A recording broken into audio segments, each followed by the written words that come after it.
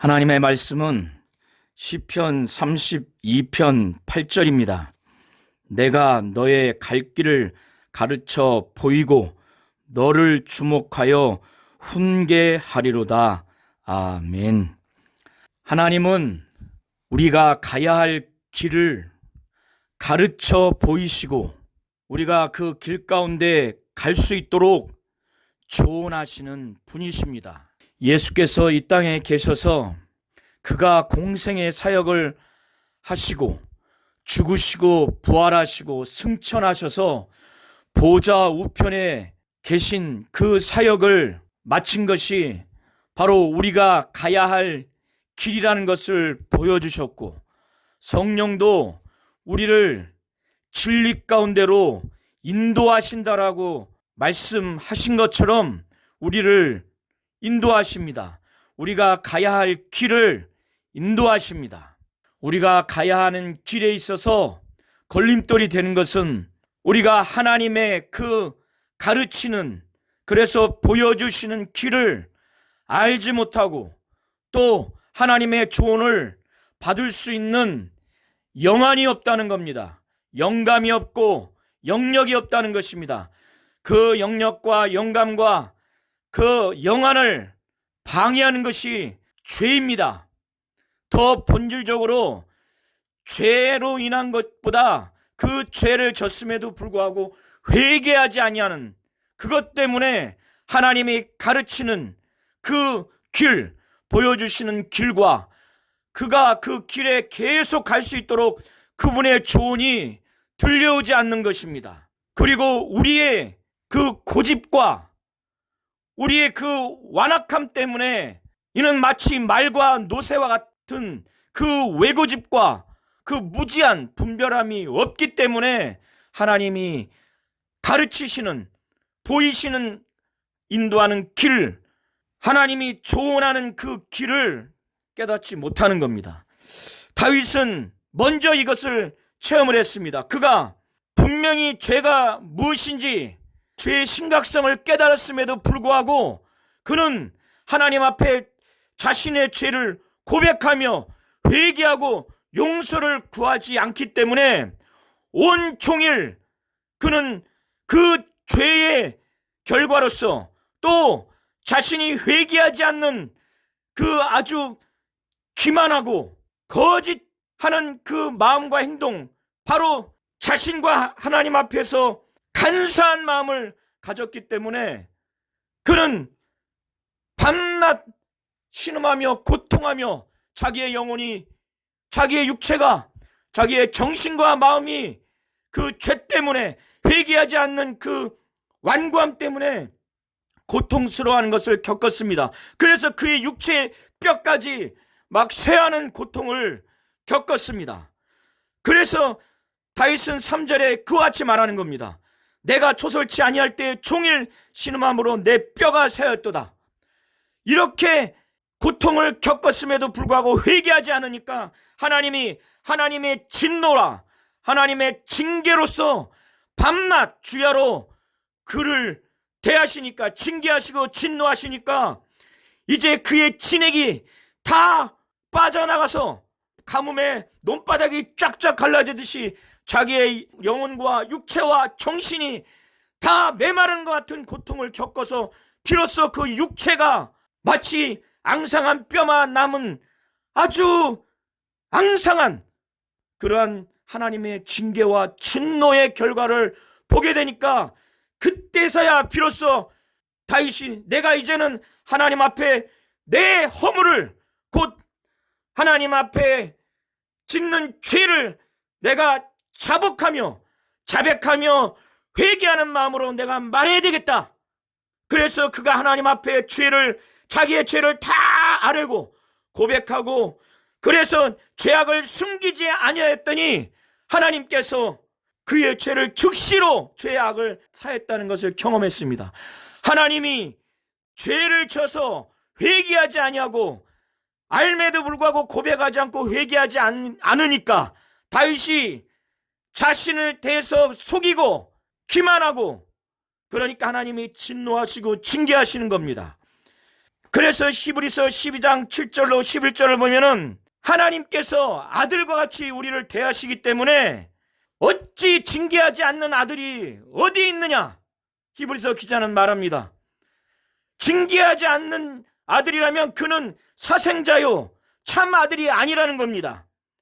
그래서 우리 육체의 아버지도 우리를 징계하였어도 우리가 징계한 것에 대해서 우리가 공경하거늘 하물며 모든 영의 아버지께 더욱 복종하여 살려 하지 않겠느냐. 하나님이 우리를 징계하셨을 때는 우리의 유익을 위해서, 하나님의 거룩함에 참여하기 위해서 우리를 징계하는 거라고 히브리서 12장 10절에 그렇게 말하고 있습니다. 육신의 아버지도 잠시 동안에 자기의 뜻대로 징계하였는데 하물며 하나님은 우리가 잘 될 수 있도록, 하나님의 거룩함에 참여함이 될 수 있도록 그렇게 했다는 겁니다.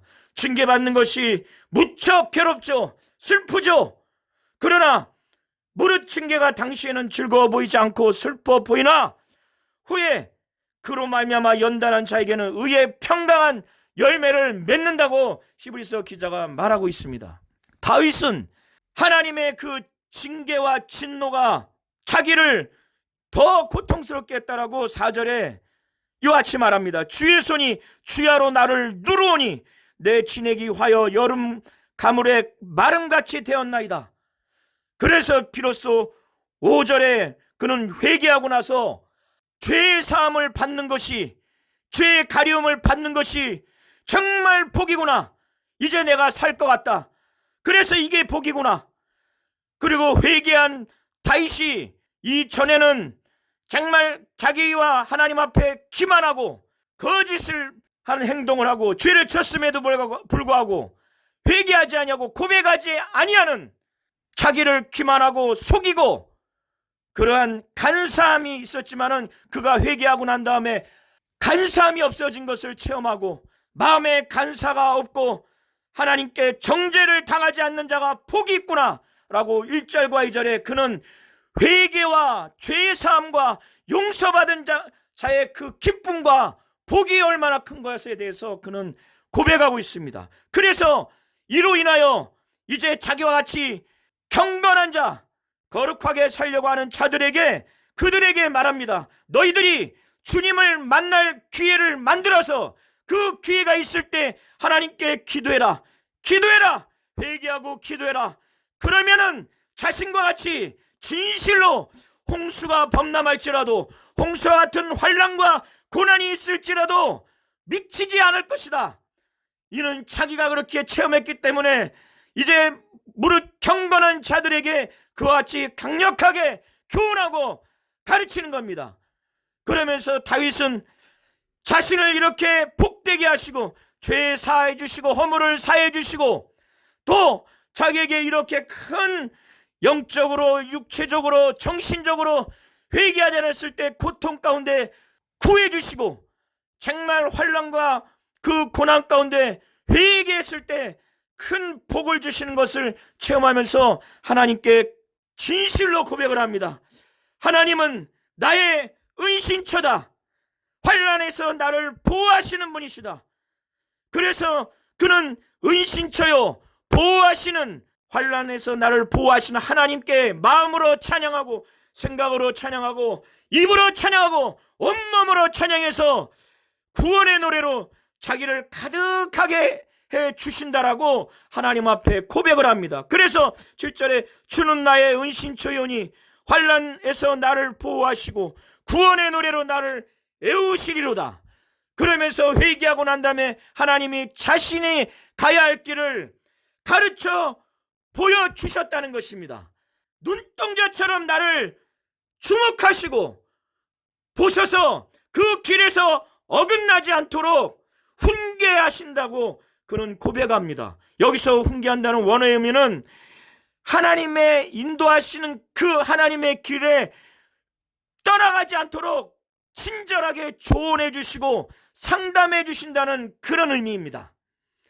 그래서 회개했더니 하나님이 자신이 가야 할 길을 가르쳐 보여주시고 친절히 조언해 주시고 상담해 주신다는 것을 경험하고 난 다음에 이 다윗은 자기와 같이 경건하게 살고자 하는 자들이 이제는 자기와 같이 동일하게 빨리 회개해서 하나님의 가르침, 하나님이 보여주시는 것, 하나님이 조언해 주시고 상담해 주시는 훈계를 들을 수 있도록 완고하지 말아라, 고집부지 말아라, 회개해라.